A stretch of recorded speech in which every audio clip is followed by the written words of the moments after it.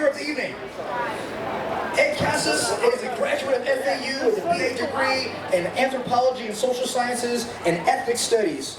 Casas runs the education department at the Grays Museum of Archaeology and Natural History with a talk called Xenoanthropology 101, the Nazca Mummies. Please welcome Ed Casas!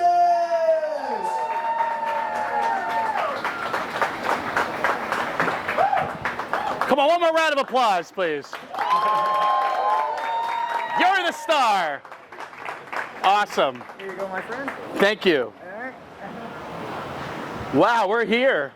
Who did their background check and found out what xenoanthropology means? That is quite the term. I'm acknowledging myself as a xenoanthropologist. So that's the study of non-human cultures. What? Maybe we're at the wrong nerd talk, huh? Let's see here. I can look right here, huh? So we're talking about some bodies that came from South America, and they're called the Nazca Mummies because they're near the Nazca lines. And that one little figure there, awfully cute looking with a wide head, looks like some bumpy orbital sockets above. He's about 100 feet long.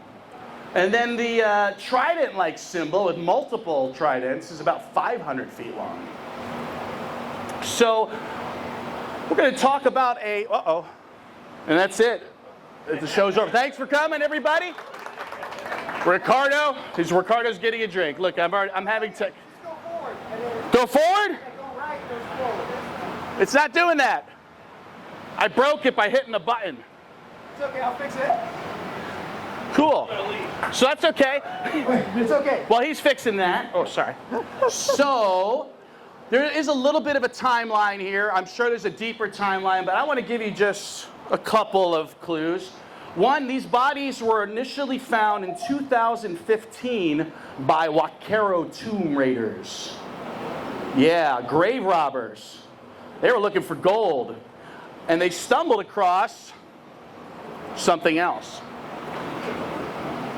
These specimens, don't worry, the pictures are coming, were initially delivered to an explorer, adventurer by the name of Thierry Jamin. He's looking for lost cities called Patiti, looking for lost cities of gold in South America. 2023, they brought the bodies to the Mexican Congress, and the forensic naval officer of the Mexican Navy testified to his Congress about these bodies. It was 2023 when I saw them that I recognized them from a 2002 anthropology class in FAU. Just some of the professionals that are involved. If you do your research online, there's going to be a lot of people saying fake. I'm here because I think at a time of AI and CGI that I need to be doing a grassroots presentation and getting people's faces so we know the authenticity of these things. So a cadre of people. Yes, there are some women involved also. I'm sorry I had to cut down the slides. This is actually half my slideshow. It's just going to be on the biological morphology. The cultural stuff I had to delete. So that'll be part 2. This is giving you some of the dating. Some of it could be anomalous. Radiocarbon dating can be inaccurate at times. So they have done several radiocarbon datings. And interestingly enough, the first lab, Beta Analytics, it's right here in Miami. My buddy works there. His buddy, I need to talk to you.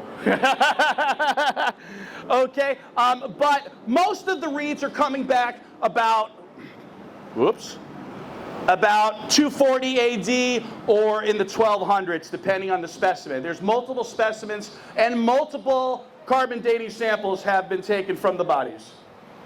These bodies are desiccated and dried, possibly naturally because of the Peruvian Nazca area environment. It's exceptionally dry, and possibly also because of a covering of diatomaceous earth. You might be familiar with diatomaceous earth. It's used for, your pool filter, for insects and whatnot.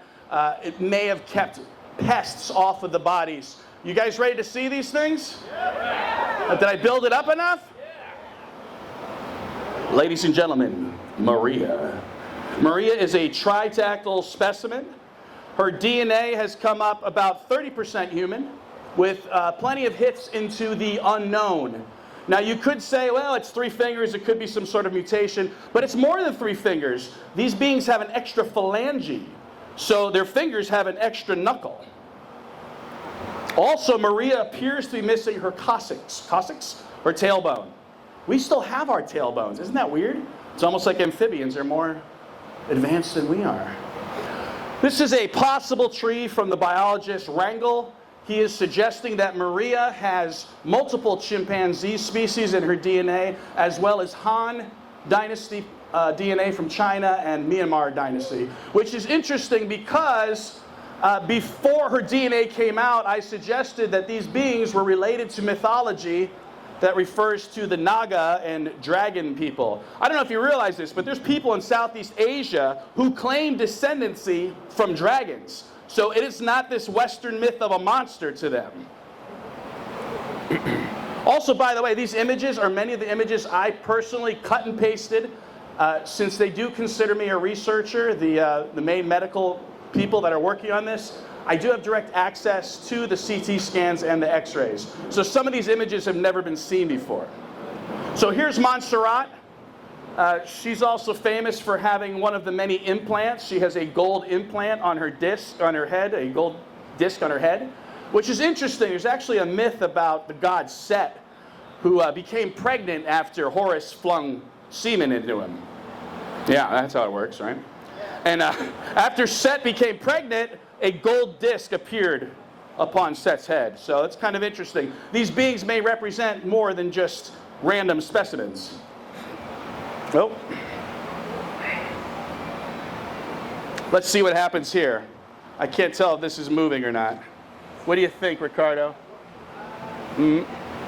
Doesn't look like it's moving. That's okay. So this, I actually clipped this. It's a 3D picture of Montserrat. So normally when I'll show it online or something, we'll do like a 360 around her body. Yeah, I don't know if this, I don't know if the video link is working here. That's okay. But what's interesting about Montserrat is, if you see she's clutching her stomach, Montserrat is pregnant, or was, and has a tridactyl fetus within her. But my favorites are actually not what they're called the Maria types or the M types. It's the J types or Josefina types are my favorite because they're a little less human. So here we have Alberto, Josefina, and Luisa. They are 2 feet tall, and they are with eggs and metal implants. So we could say this is some sort of graphical. We're in this day of AI, which is why I'm here. I'm here trying to get ahead of the AI before people don't believe this. So it is enhanced, of course, because it's a CT scan. And the important thing is there's multiple of these beings. So you can see the detail of these beings. They have occipital bumps to the back of their head. They have supraorbital arches above their eyes. And here's some x-rays, and of course the bodies with the diatomaceous earth. One specimen is headless. There's some question about the DNA on these. Maria, it could be Mauro, which makes sense to me because they have a morphology not too different than amphibians. And if you know amphibians, they go through sequential hermaphroditism at times. So a frog can switch sexes depending on the environment. Maria has 64% unknown DNA. And then perhaps the strangest of them all, there is one last xenotype, one last xenomorph, erroneously called an insectoid. These are interesting because they have spinal eminences, these projections coming off their back. Those are pneumatic, just like the spaces in some of their skulls, so it might aid in buoyancy. And here is just a wide variety of the specimens, still with the diatomaceous earth on, varying degrees of morphology. And here's a screenshot right from my house. So I made this graphic. These are CT scans and x-rays of the variety of beings. So please follow me when you get a chance if you want more details on some of this. Joyce here, or Joyce, I think it's Joyce actually, it's named after a Peruvian journalist, is actually the only one that's definitively male on the exterior. Joyce is the only one that's demonstrating maleness. Okay, so this cool graphic here, I actually gleaned that picture myself. That head, that red head that you see is from an egg of a specimen known as Artemis. So I actually captured that myself. I also captured some shots of some other fetuses, or larvae, as we might call them. On the right there, it just mentions the various bone structures they have. So they have something like a furcula that you might find in a bird. They have a fused clavicle. They only have a singular lower arm bone and a singular lower leg bone that's fused. They have one palm bone, a sort of unicarpal. And yeah, let's move on. And again, more of the morphology goes beyond just strange bones. We're talking about these beings don't have lungs, so that means that's the clue, that's the big clue that they're proto-amphibians. So we do have amphibious creatures on planet Earth. You know, people want to call these lizard men or reptilians. Really, they're closer to salamanders. No lungs. There appears to be limited separation between their skull and their body, which is called cranio-coelomic congruence. And again, as weird as that sounds, can be found in some neotenic traits. So neotenic means youthful traits of certain amphibians, and invertebrates like cephalopods. Anything else interesting on there? Here's some close-ups of the skin. You can see that their fingerprints are not concentric circles like ours. They're more of parallel lines. And you can see there's other interesting things about the skin as well. They have scutes. They have a cross-hatching rhombus sort of pattern on their skin, which might even be replicated in ceramics throughout the world. And here's a close-up of that furcula, that interclavicle, much like a bird or a turkey would have. And here's a close-up of Victoria showing her gastralia. These are abdominal ribs. They're found in crocodilians today.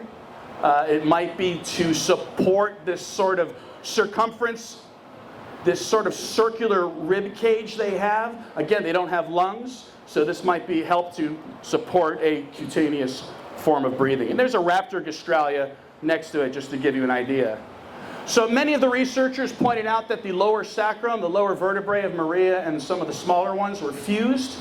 Well, based on some sort of amphibian-like morphology, I named this, it's their Eurostyle. It's what has remained for, like, when a frog goes through its metamorphosis, it loses its tail, and what remains is this Eurostyle. No coccyx, no tailbone, like we have.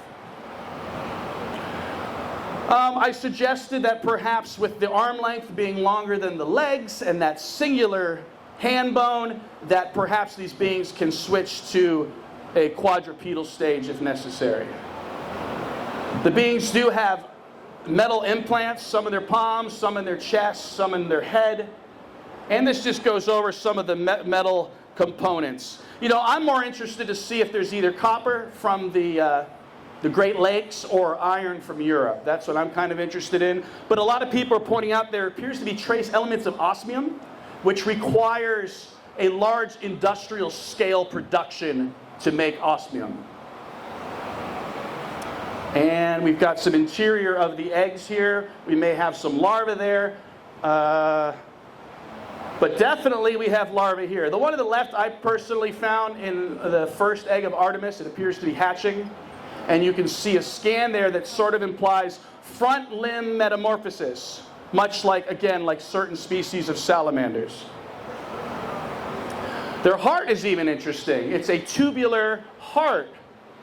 So, believe it or not, us as human beings, we actually have a tubular heart when we're young. So it's one of those neotenic juvenile traits. But it's more popular in invertebrates and some amphibians.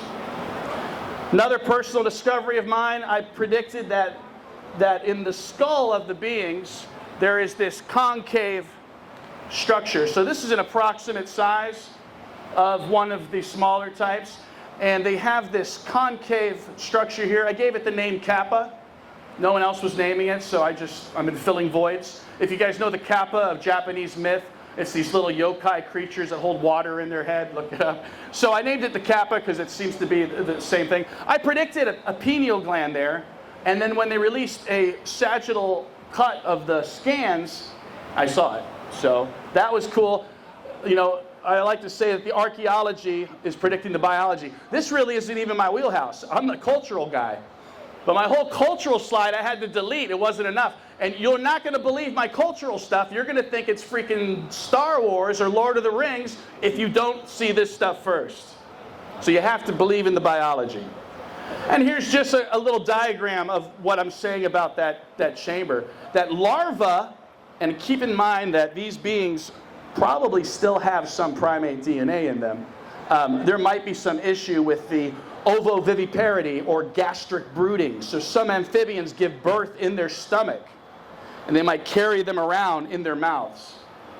So lastly, this little slide here, what it's saying is if you have beings who have a furcula like a bird, a gastralia like a crocodilian, cutaneous breathing like amphibians, and even some condyles, these little bones that hang in the back of your head, like a mammal, what are these things?